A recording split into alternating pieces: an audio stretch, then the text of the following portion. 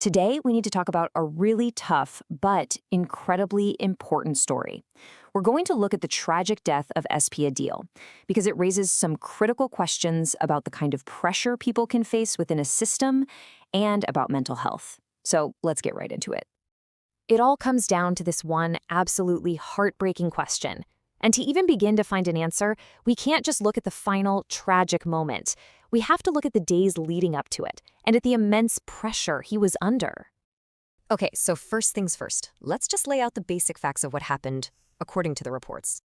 The news itself was just so shocking. A superintendent of police, that's a high-ranking officer, in Islamabad ended his own life. And the detail that he was on a phone call at the time, it just makes it all the more jarring. You can almost feel that moment of crisis unfolding in real time.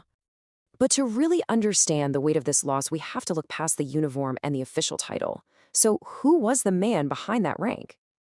Well, he was an officer with the prestigious police service of Pakistan, coming from Gujranwala. But more than that, and this is the part that's just so tough, he was a dad. He had a 1-year-old daughter. Everyone who knew him, who worked with him, they all said the same thing. He was capable, honest, and just a genuinely kind-hearted person.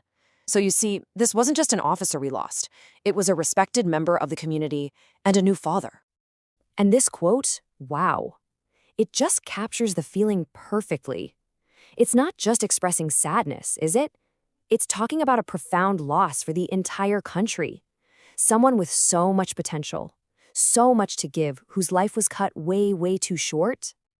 So that's who he was on the outside. But the story really shifts when we look at the internal struggle he was facing, a battle that was pretty much invisible to the rest of the world. The reports are very direct about this. SP Adeel was suffering from severe mental stress and depression, and it was explicitly linked to the constant pressure he was under because of his duties. This wasn't some sudden event. It was the final moment of a long and incredibly difficult struggle. And here's the crucial point. His internal battle wasn't happening in a vacuum. It was directly connected to external systemic pressures. So let's examine how the very institution he served played a role in his final days. This timeline of his last 72 hours is just absolutely key to understanding the whole picture. Just 3 days before he died, SP Adeel got a formal diagnosis of depression. He did exactly what you're supposed to do. He recognized he had a problem, and he requested leave. But that request for help, it was denied. That sequence of events is it's vital to understanding the full context of this tragedy. The words used to describe his situation are so strong. Inhuman pressure coming from a harsh system. That phrasing tells you something, doesn't it? It points to the fact that this wasn't just a personal tragedy, but a systemic failure. A system that, when one of its own was in crisis, just didn't provide the support he needed. All of this brings us to the end, and it doesn't leave us with a neat and tidy answer. Instead, it leaves us with a profoundly important question, one that has to be directed at the institutions themselves. And this is the ultimate question, isn't it? When will institutions protect their own officers?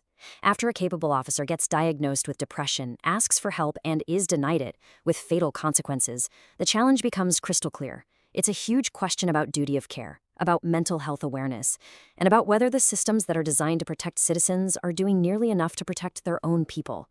It's a question that demands some serious reflection, and hopefully some real change.